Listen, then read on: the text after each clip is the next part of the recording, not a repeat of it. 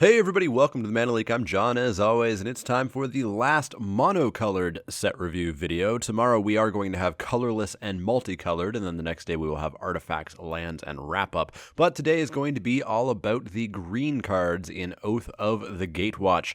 There are 3 disclaimers. You guys should know them by now. If you haven't, go back and start with the white set review. You probably want to know what the whole set looks like anyways, so go back and check those out if you want to know what the big disclaimers are for this video series. But without further ado, we're going to jump right on into the first green card.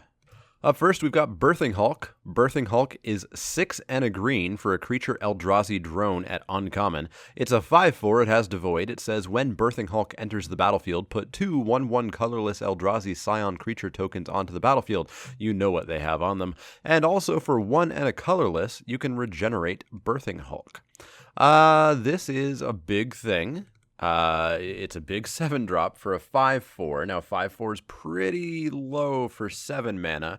You do get 2 Scions, so it is kind of like you're getting a 7/6, which still, honestly, isn't that amazing.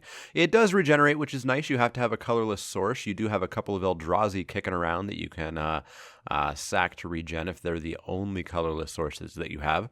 But I don't know about this. I just don't know. Green wants to ramp, but this thing seems to be sort of like ramp. This isn't the target that I want to ramp into. I want to ramp into, you know, a massive 7-drop or a 7-drop with a huge ability or a decent sized flyer or something that's going to close the game. This is not going to close the game for several turns, and there is a lot of exile removal in the set, so there are ways of dealing with this even if you do regenerate it. So I'm just not really sold on Birthing Hulk. I don't think it's all that great. I'm not really looking to take it. It's kind of middle of the road for me at C. I think if you're in green and you're in kind of big green, then why not? But I don't see a big reason to take this highly or to really excitedly play it. It's a very important note, and I'm going to talk about this in the set wrap-up. This is one of the very few Scion producers in Oath of the Gatewatch. There is a single common Scion producer, and there's like 2 or 3 uncommon Scion producers and 2 or 3 rares. Scions are going away. They are going to be basically only existing in the single Battle for Zendikar pack that we get. So when everybody's thinking about having, you know, a board just chock full of Eldrazi Scions, it's not going to happen in Oath draft, so be careful about that thought process. If you really need Scions, these are going to be the guys to make them, but I don't really want this creature. I've got to go with the middle-of-the-road C. Yeah, it just does nothing for me, really. Next up, we have Ruin in Their Wake. Ruin in Their Wake is 1 and a green for a sorcery at uncommon. It has Devoid, and it says, search your library for a basic land card and reveal it. That, of course, includes Wastes now. You may put that card onto the battlefield tapped if you control a land named Wastes. Otherwise, put that card into your hand, then shuffle your library. So this is a conditional rampant growth. You may not get the land on your battlefield. If you don't get the land on your battlefield, this card is awful. Tutoring up a land to your hand is awful. Blah, don't do that. Maybe if it was instant speed at the end of your opponent's turn, but sorcery speed, just no. Terrible. Now, if you can get that land onto the battlefield, then this becomes a bit better. It really fits into the ramp deck well. The question, of course, is how consistent is that going to be? And the other big problem I have with this card is that I feel like this card is how you get your wastes. You need colorless mana for some reason. You use this to go and get a waste because it's a basic land. But you can't put it onto the battlefield because you don't already have your wastes out. So this card, I feel like, even fights against what it really wants to do. So I really don't think this is worth the include for me. I'm going to go with like a D+ on this. I just don't care about this card. Ramp needs to be good, and this is bad ramp, so D+. Next up, we have Scion Summoner. Scion Summoner is 2 and a green for a creature Eldrazi drone. It's a 2/2. It has Devoid, and I bet you can guess what it does. It makes a Scion. This is the sole common creature in the entire set that makes an Eldrazi Scion. There's one other card at common. It's the Abstruse Interference, which I don't think is really playable at all. But this is the only way that you're ever going to get a Scion at common in an Oath of the Gatewatch pack. So keep that in mind. Now it's a 2/2 for 3. That's expensive, of course. We want to see 2/2s for 2, but it makes a Scion, so it's kind of a 3/3. I don't know. I think Eyeless Watcher was better than this. A 1/1 that makes 2 2/2s for 3. But Eyeless Watcher really wasn't that good. Nobody ever really played it.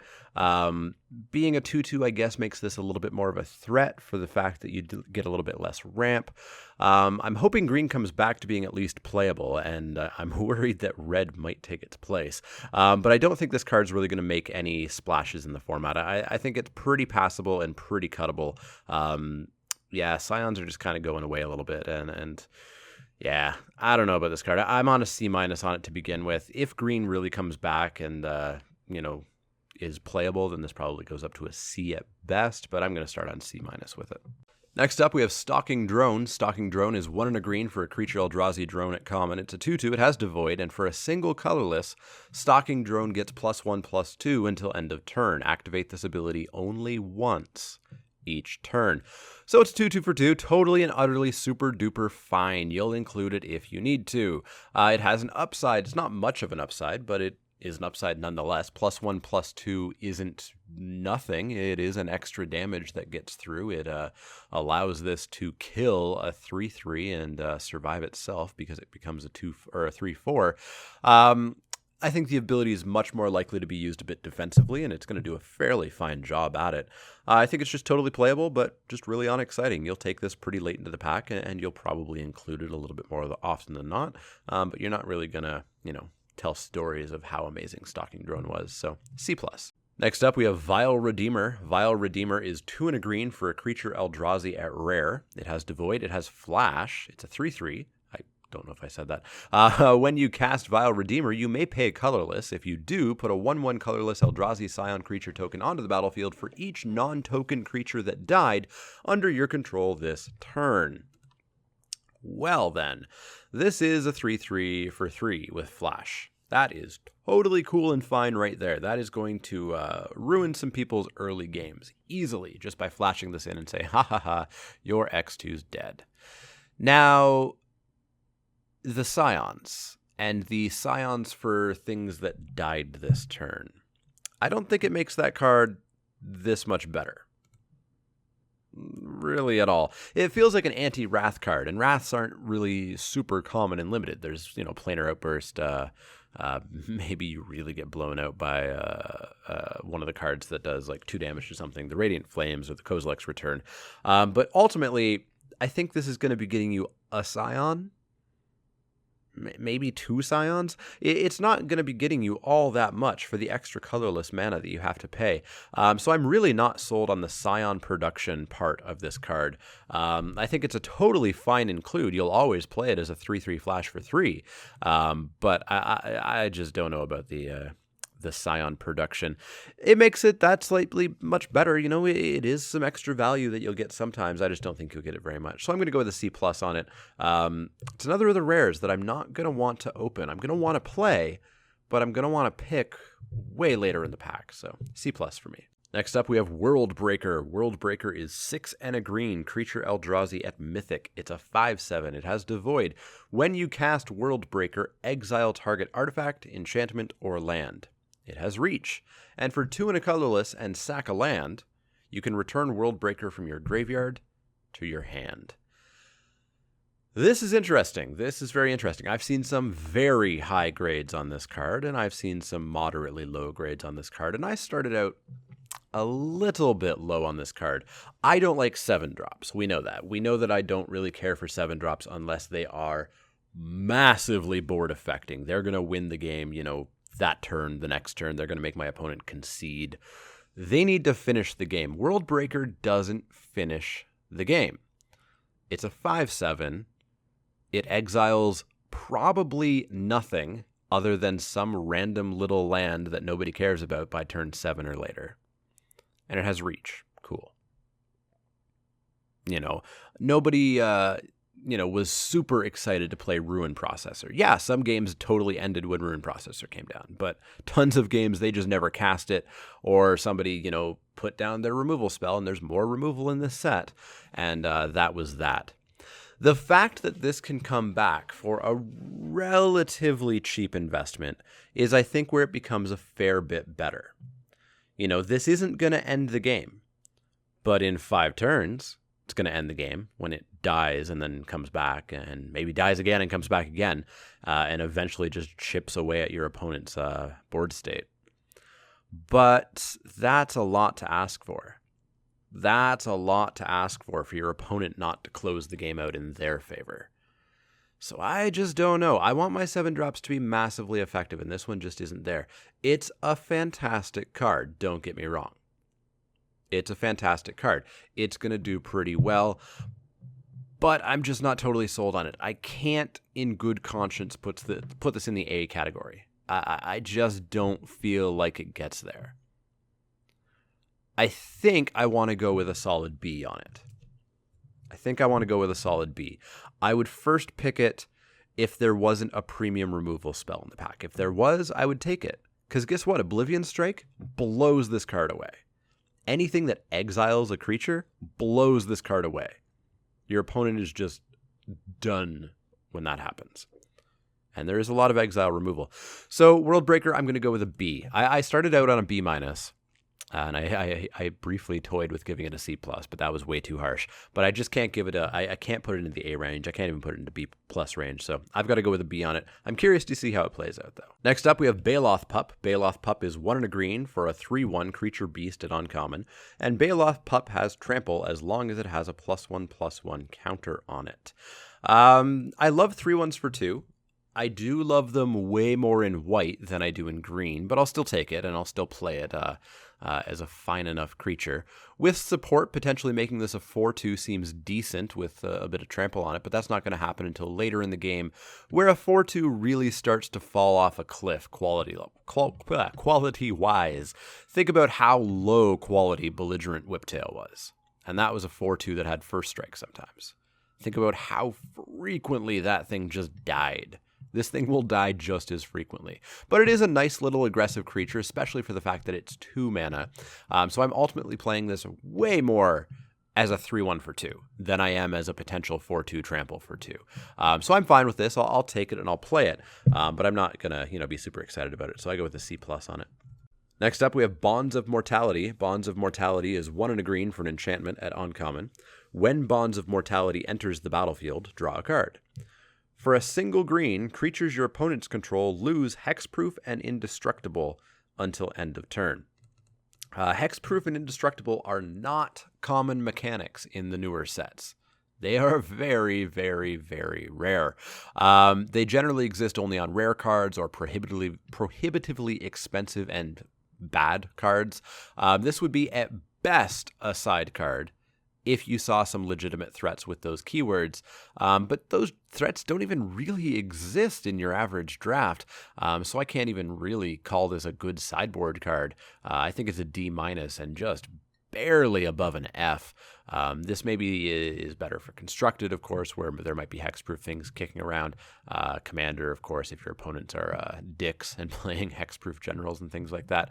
But those don't really exist in this draft format, so I've got to go with a D- and barely is saving itself from an F. If I was in a worse mood today, it would be an F. Next up, we have Canopy Gorger.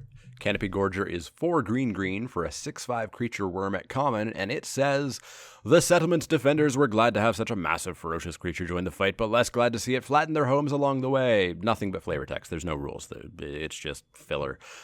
It's a 6/5 for 6. End of story. Big, dumb vanilla things are very rarely worth it. If we were playing 8th edition draft, yeah, this might be a bomb. But these days, this is just terrible. Don't take this. Cut it hard. Play it as an absolute last resort. You somehow were in green and had nothing on the top end. Then yeah, you could give it a go. But other than that, you just don't want to play a card like this. It doesn't impact the board. It doesn't have an effect. It doesn't do anything. Your opponent can spend a minimal amount of mana to remove it. Just avoid. C-, CCC-, probably even less, to be honest. Next up, we have Elemental Uprising. Elemental Uprising is 1 and a green for an instant at common. It says target land you control becomes a 4/4 elemental creature with haste until end of turn. It's still a land. It must be blocked this turn, if able. I like this a little bit for its versatility. It allows you to have kind of a surprise blocker against a good amount of creatures in the format. A 4/4 is going to block an awful lot of the commons and uncommons that exist in the format. In addition, it allows you to kind of plow into a board and kill something because it has to be blocked. If your opponent only has a single blocker, you know what you're going to get.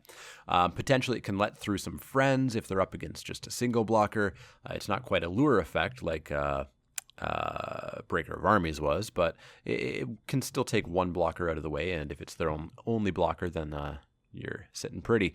It's not great, and I won't be seeking it out readily, and like many combat tricks, I'll side it out in favor of any good creatures or removal or anything like that, but it seems fine enough. It seems fine enough to get a C for me. Not exciting, but I do like the versatility, so solid C. Next up, we have Embodiment of Insight. Embodiment of Insight is 4 and a green for a creature elemental at uncommon. It's a 4/4. It has vigilance. Land creatures you control have vigilance. And it has landfall, just like the red embodiment. Whenever a land enters the battlefield under your control, you may have target land you control become a 3/3 elemental creature with haste until end of turn. It's still a land. It's the exact same landfall mechanic as the red one, except this land's going to have vigilance, as all your lands are. 5 mana for a 4/4 vigilance is worse than 4 mana for a 4/3 trample. So I do like the red one more than I like the green one. But it is still fine. Giving your land creatures vigilance is one of the few times that I'm kind of happy about vigilance. Vigilance is fine, but it's never really an amazing mechanic. It's just kind of a nice, oh, and it has this too. But on a land, it means that you can actually attack with those lands and still tap them for mana, which is really nice. So I actually do rather like Vigilance here. It's still not a big enough boon to me, with Awaken being such a small part of that format.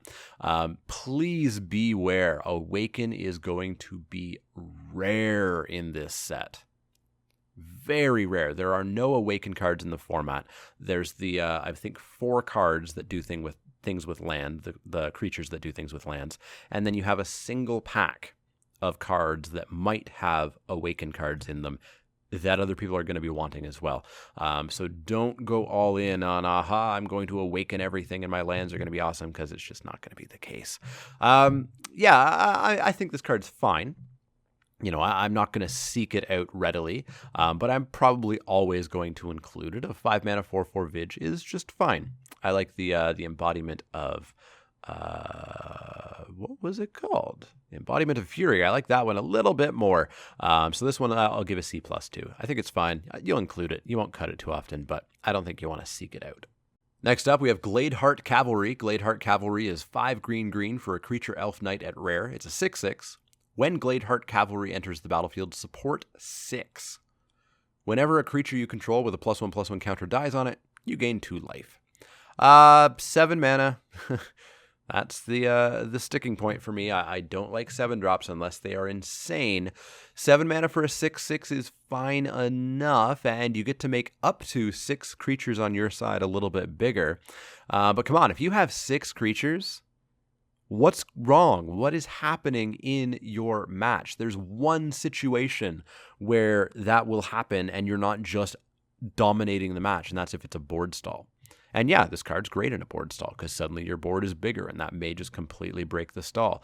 But board stall is one of several situations that you will find yourself in. This does not bring you back from behind, because you're not behind if you have 6 creatures on the battlefield.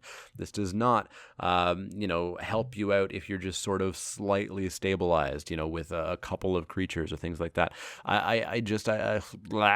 7 mana needs to win the game for me, and this only wins the game for me in like one situation.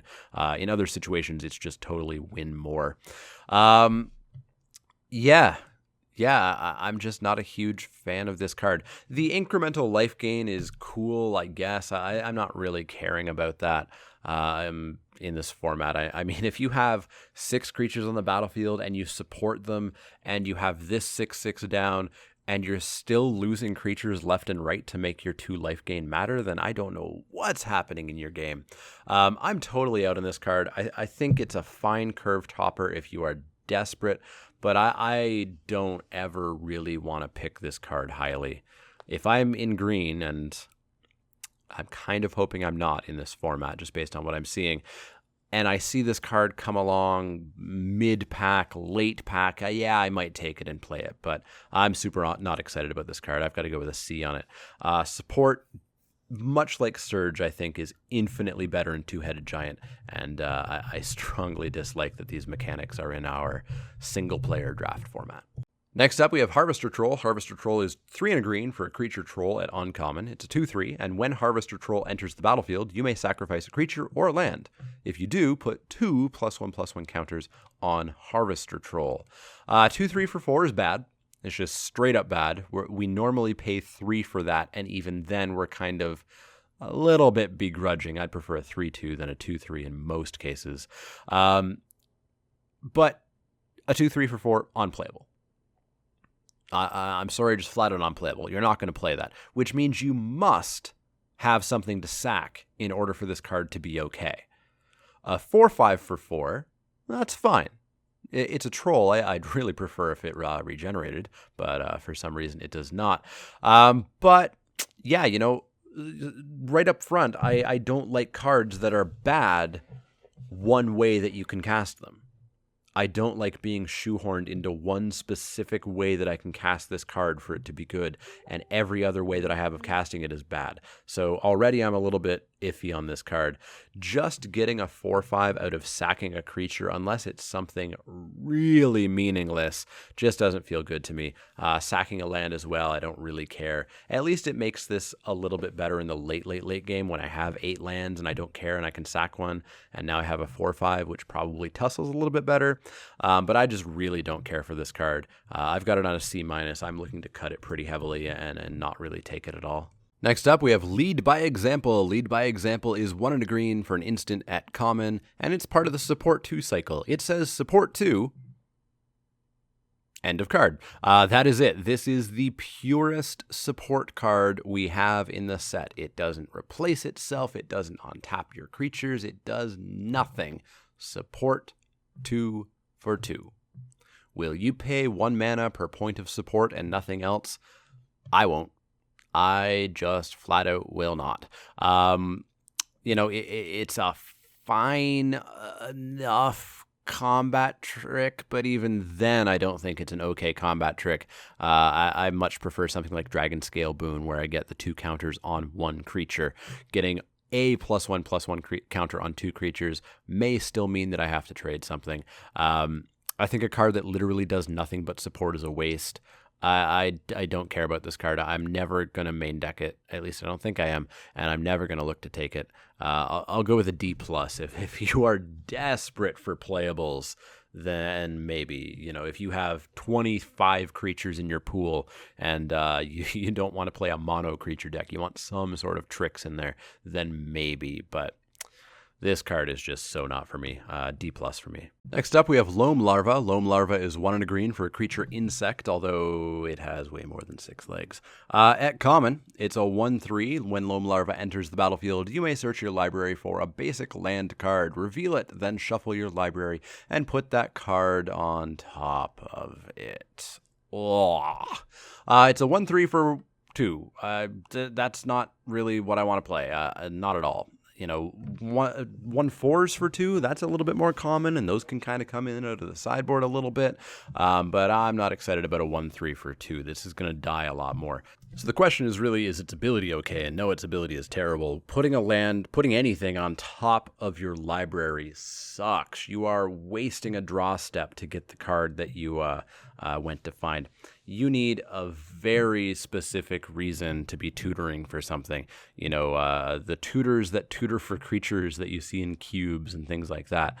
There's some that go on top of the library. That's okay, because the overall quality of your deck is insane, and you are going and getting the most insane card in your deck.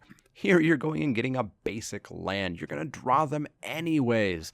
Loam Larva is just awful. I don't ever want to take this card. I don't ever want to play this card. I don't want to give too many Fs. Let's say it's a D-. It's a D-. I'm never going to touch Loam Larva, not with a 10-foot pole. Next up, we have Natural State. Natural State is a single green mana for an instant at common. Destroy target artifact or enchantment with converted mana cost 3 or less. D. Straight, pure sideboard D. You should never, ever main deck this. Ever, ever, ever, ever, ever, ever, ever.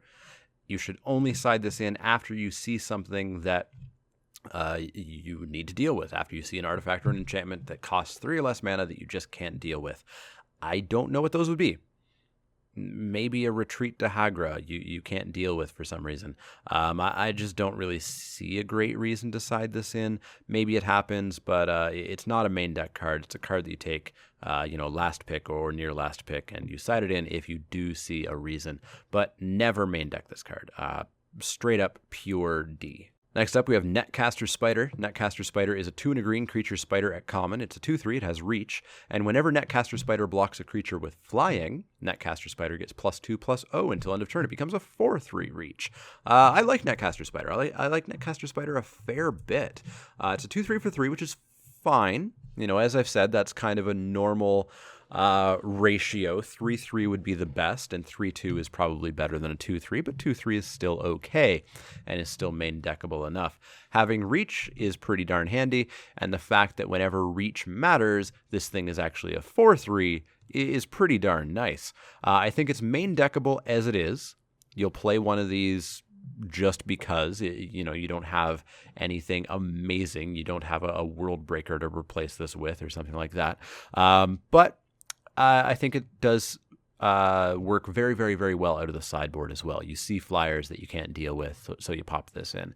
But I think you probably want to main deck at least the first one anyways most of the time. I'm going to go with a C+ on it. I like it. It's nothing exciting. It's nothing awesome. It's not going to win you the game. It is ever so slightly more reactive than it is proactive, but it's a fine enough card, so C+. Next up, we've got Nyssa herself. Nyssa, Voice of Zendikar. 1 green for a Planeswalker Nyssa at Mythic. She starts with 3 loyalty counters. For +1, you can put an 0/1 green plant creature token onto the battlefield. For -2, you can put a +1/+1 counter on each creature you control. And for -7, you can gain X life and draw X cards, where X is the number of lands that you control. 3 mana Planeswalkers always need to be very strongly considered because 3 mana is amazing for a Planeswalker. At such a low cost for at least a Damage Sponge, you have to probably take this card. Damage Sponge, as I talked about with Chandra, every single Planeswalker has this ability that says, freak out your opponent and make them make bad combat choices. Especially in draft, especially at your local store, your opponents are going to throw everything at your Planeswalker, which means they're not throwing it at you. Now, Nyssa protects herself with her +1, which is awesome. She puts down an 0/1, which at the very least is going to block something from attacking her. Awesome. Now, if those 0/1s left alone, if they don't get attacked and if they don't throw themselves at an attacker, then you can just start to make a huge wall of chump blockers, which is going to protect Nyssa, it's going to protect you. It's going to be awesome. Then you can -2 and start putting counters on those chump blockers. You can start making them 1/2s and 2/3s and 3/4s and 4/5s and so on and so forth. And then you can swing in with your now big plants. Her ultimate is a bit less exciting. If you've been building up a wall of plants and she hits 7+, why not? I'm never not going to do her ultimate if I can and have the time and it wouldn't finish her off, and it'd be cool enough, get some life, draw a bunch of cards. That's the best part. But I think she's just totally fine anyways. I think for the 3 mana, she's amazing as a damage sponge. The fact that she protects herself with 0/1s is fantastic. The fact that she gives basically a permanent anthem to your team every time she -2s is great. And her -7 is just kind of good value if you happen to get there. It's not game winning, but it's certainly fantastic, fantastic value. I think Nyssa is great. She is a super solid Windmill Slam first pick. I don't think she's amazing. She doesn't win the game right away. It takes a long time to build up that plant army. So I'm not going to go A+ on her, but she is a very solid A to me.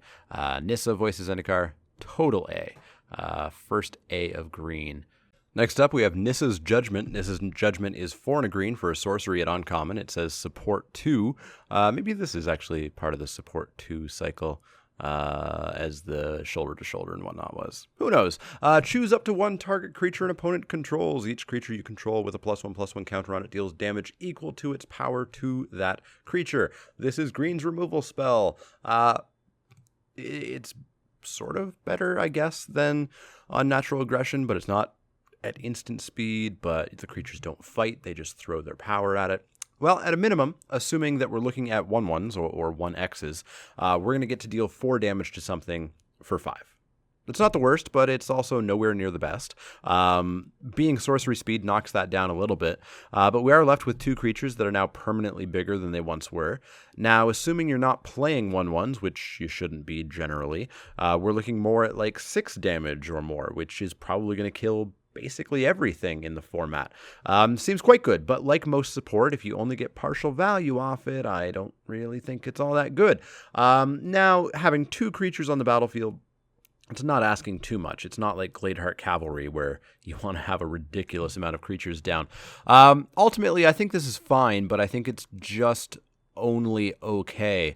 Removal that requires specific setup, in this case having 2 creatures, is just worse than, Oblivion Strike. It's worse than just pay mana, remove. This, you have to pay mana and have the creatures, and the creatures have to be a sufficient size in order to remove it. That knocks it way, way down. I can't in good conscience give this higher than a C+, but I think you will include this often enough in green, so C+. Next up, we have Othe of Nyssa. Othe of Nyssa is a single green mana for a legendary enchantment at rare. When Othe of Nyssa enters the battlefield, look at the top 3 cards of your library. You may reveal a creature, land, or planeswalker card from among them and put it into your hand. Put the rest on the bottom of your library in any order. You may spend mana as though it were mana of any color to cast planeswalker spells. F. I've seen people give this high ratings. I've seen people say, well, you get to search the top few cards of your library and get a creature or a land. But nobody played Seek the Wilds. Seek the Wilds was not a good card, and that was 1 extra mana, and I got to look at 1 extra card, and I got to get a creature or a land. I couldn't get a planeswalker, but that's going to be so rare that it's just never going to matter. So would I play Seek the Wilds for 1 less mana to look at 1 less card? And the answer is no. No, I would not. I just, no, I would not. I think this is just an F. I don't think you ever want to play this card. I think it should be last pick, as Seek the Wilds very, very, very commonly was. There was a few Spiky Saturdays, actually, in the past few weeks where I would not get a basic land last pick. I would get Seek the Wilds. So I don't think a cheaper and less good Seek the Wilds is worth playing. So F. Next up, we have Pulse of Mursa. Pulse of Mursa is 2 and a green for an instant at common. Return target creature or land card from a graveyard to its owner's hand. You gain 6 life. No. I don't really want this card either. It's sideboardable if you're getting seriously beat down fast and you desperately need 6 mana, but you do still require a creature or a land card in your library to pull this off. It doesn't target the player, it targets the creature or the land, and you're not probably going to have a land in your graveyard, so it's got to be a creature. I feel like any other creature would easily be better than this, though. If I'm getting beat down fast, you know what works? A Loam larva. That should stop 6 damage. If a 2/2 swinging in 3 times, the Loam larva just says no, no, no. So I just don't think Pulse of Mursa is playable. I think it's on the lowest end of a sideboard card, so D- for me. Not excited by Pulse of Mursa. Next up, we have Saddleback Lagak. It's hilarious to say. It's a 3 and a green creature lizard at common. It's a 3/1, and when Saddleback Lagak enters the battlefield, support 2. It's a 3/1 for 4. I was pretty okay and pretty all right. Happy is a strong word, with a Bailiff Pup, which is a 3/1 for 2. Doubling that mana cost does not make me very happy. So again, kind of like Harvester Troll, for example, this card, I do not ever want to play it as a 3/1 for 4, which means I must have other creatures on the battlefield. If they're not, I don't want to play this card. It's terrible to play this card. Partial value is kind of okay. Supporting 1 creature, if that's all I have on the board, is fine. And full value is good. I would say it was good. Ultimately, this just feels really weak unless you're in that exact full support situation. So I'm probably going to shy away from Saddleback Lagak. Again, two-headed giant, sure, you and your opponent, or sorry, not you and your opponent, you and your partner are going to have two other creatures. But single player, just so much worse. Why, Wizards? Why? C- for me, Saddleback Lagak. I'll cut it more often than I'll play it, I think. Next up, we have Seed Guardian. Seed Guardian is 2 green for a creature elemental at uncommon. It's a 3/4, it has reach, and when Seed Guardian dies, put an XX green elemental creature token onto the battlefield, where X is the number of creature cards in your graveyard. So this is actually really interesting. It's a 3/4 reach for 4 that at least gets you a 1/1 when it dies, because it would see itself in the graveyard when the trigger resolves. That's fine enough right there. Totally fine enough right there. I would give that a C+ hands down and probably always include it. Depending how late in the game this is, you might get a 3/3, you might get a 4/4 somewhat regularly, and that just seems super solid to me. I think I would always include this, and I think I would pick it a little bit highly at that. Beware the exile spells. They will blow this creature out. It's still a solid creature, even if it gets exiled, don't get me wrong. But if it just dies and you actually do get yourself a 3/3 or 4/4, then wow, I think this is solid. I've got to go with a solid B on this. I really do like Seed Guardian. Next up, we have Sylvan Advocate. Sylvan Advocate is 1 and a green into creature, elf, druid, ally at rare. It's a 2/3, it has vigilance, and as long as you control 6 or more lands, Sylvan Advocate and land creatures you control get +2/+2. This is the reason that I gave the big Beware of Awaken rant just a while ago. So this is a 2/2 for 2, or sorry, not a 2/2 for 2. It is a 2/3 for 2. That's fantastic. That's a super well costed, better than bear. Totally fine. I would play this on turn 2 every single time. I would include it in every single deck. If it's later in the game, if it's turn probably 6 or later, then this is a 4/5 for 2. Which is also totally and utterly fine. That's going to tussle with the majority of the creatures that are on the board unless my opponent has gotten their super bomb down or a bunch of flyers or something. So I think this creature is super solid. And hey, it has vigilance too, because why the heck not? So I think it's a super solid creature. I think it's a relatively high pick and always going to be in every single green deck that you have. That being said, the land thing is a red herring. There is 1 green awaken spell in Battle for Zendikar, and it's bad. It's Earthen Arms. There are no other green awaken spells. There is the Embodiment, which will make a land a creature for 1 turn. There are the rare man lands, which you won't see all that often. I just don't see Sylvan Advocate and its land ability being all that good in this format. I don't think it's going to happen all that often. Honestly, it makes me wonder a little bit if this set, well, we know this set was designed as a 3-block set, and so it does make me wonder a little bit if this was supposed to be Oath Battle, and then it was going to be 3rd set Oath Battle. But Oath Battle makes this land creatures you control get +2/+2 ability way worse. Now, as I said, it's a fantastic creature.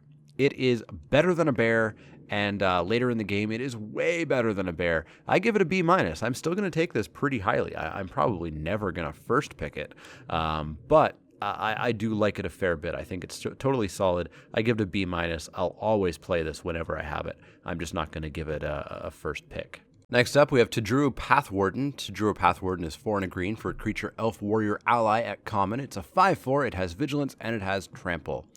Pretty vanilla creature, but 4 and a green.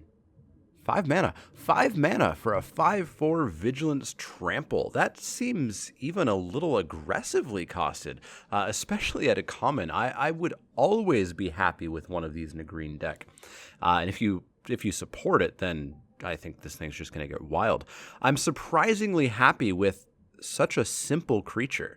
I really like Tadru Pathwarden. I see this being a really sizable creature, and I see some kind of middle of the ground skill players maybe overlooking this. I think new players will say, hey, it's big, I want to play it. And I think experienced players will say, hey, this is really solid. I think the middle ground players will say, oh, it's big, it might be just a bit dumb, it's not, you know, it doesn't do anything, there's no end of the battlefield effect. But I think it's just a solid creature. I really, really like it for how simple it is. I'm going to give it a B-. I think I'm always going to include it, and I think I'm going to pick it a little bit higher than I would pick a 2/2 for 2 or anything like that. I'm surprised how happy I am with this. Maybe it's just there's been so many bad green cards, and we just followed up with red, which was pretty bad as well. Maybe that's why I'm giving this such a high grade, but I'm happy with Tadru Pathward, and I give it a B-. Next up, we have Vines of the Rekluse. Vines of the Rekluse is a single green mana at instant. It's a common, and it says target creature gets +1/+2 and gains reach until end of turn. Untap it. It's a fine combat trick. It's probably better left to the sideboard against flyers, but it's begrudgingly main deckable as a general combat trick. If you're lacking on better quality cards, it'll certainly surprise people now and then, especially at a single green mana.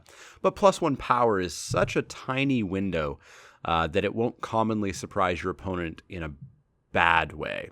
At best, you're probably going to blank a creature. You're probably not going to trade.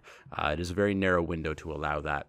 But the on-tap clause does make it even better of a surprise. You may represent no blockers, and then suddenly on-tap, haha, and it's a little bit bigger, and it has reach, why not? So I think it's a fine enough card. I'm probably going to leave it in the sideboard a little bit more often and then bring it in when I see flyers, but I'll go with a C- on it. I think I will cut it a decent amount. Finally, for green, we have Zendikar Resurgence. Zendikar Resurgence is a 5 green enchantment at rare, and it says whenever you tap a land for mana, add 1 mana to your mana pool of any type that land produced. The types are white, blue, black, red, green, and colorless. Whenever you cast a creature spell, draw a card. 7 mana. I don't like that. I want something super impactful, and this is just terrible. Going from 7 mana to 14 mana in limited does nothing short of having an Ulamog or a Kozilek and desperately requiring that mana. This just doesn't do much. This is a commander card. This is a casual cube card. This is not for limited. Even though you can draw a card whenever you cast a creature spell, that does not save it, not for 7 mana. I think you pass this. I don't think you play this. If you want to get cute, if you want to do a Wacky Wednesday or something, you can give this a shot. But for me, I'm out on it. Solid F. I think you pass this every single time. Just do not like it. So that's going to wrap it up for green. Green fared a little bit better than red in that it had an A, whereas red did not have an A, although I maybe was slightly harsh on Chandra. Green looks better than it did, but it still looks bad. I think it might still be the worst color in the format, but it is definitely competing with red now for that title. It's totally lacking in removal. The only thing it has is Nyssa's Judgment. The creatures are all just kind of mediocre. I think green is going to be in a tough spot come Oath of the Gatewatch this weekend. Definitely let me know what you think of green. Let me know what you think of my ratings, if you have different opinions, if you have similar opinions, if you are excited for any of these cards, let me know in the comments down below. As always, if you have any questions, comments, or suggestions, you can find me on Twitter at @TheManaLeak. That's L-E-E-K, like the vegetable, not the card. And you can also find me on Facebook at facebook.com/TheManaLeak. You've already found me here on YouTube. You've got the comment section down below, as I've mentioned. Please make use of that. Keep it civil. I've seen fantastic interactions with you guys, both with me and with each other down there. Keep it up. That is the point of the set reviews. It is to generate discussion and opinions. It's not just to tell you the gospel truth of Magic and what the ratings totally, definitely are. Make use of those comment sections. I love it down there. If you like my videos, please like and subscribe. Click that little thumbs up button. I love seeing those thumbs. And subscribe so that you can see when the next set review video comes out. Plus, you can see as soon as my regularly scheduled programming returns, Spiky Saturdays, Wacky Wednesdays, Top 10 Thursdays, Crack-a-Pack Tuesdays, and there's going to be plenty of Oath of the Gatewatch content. There will be a behind-the-shoulder draft video of my very first FNM with Oath of the Gatewatch. There will be pre-release recaps, box openings, you name it. It's going to be on this channel, so make sure you do subscribe. But as always, if you have any questions, comments, or suggestions, let me know. Otherwise, I will see you all next time.